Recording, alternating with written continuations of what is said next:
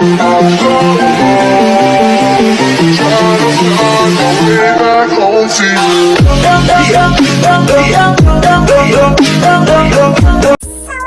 ทุกคนเจอกับช่องยูทูบอีกแล้วนะคะวันนี้ยูทูบก็จะให้ทุกคน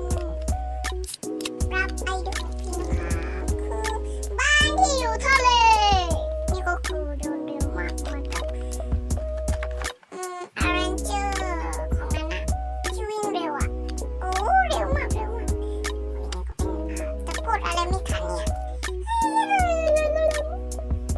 ขอให้ทุกคนกดใจกดแชร์กด subscribe นะคะและอย่าลืมกดติดตามด้วยนี่ก็คือไอดีนะคะใครอยากเอาก็เอาไปเลยเร็วบ๊ายบาย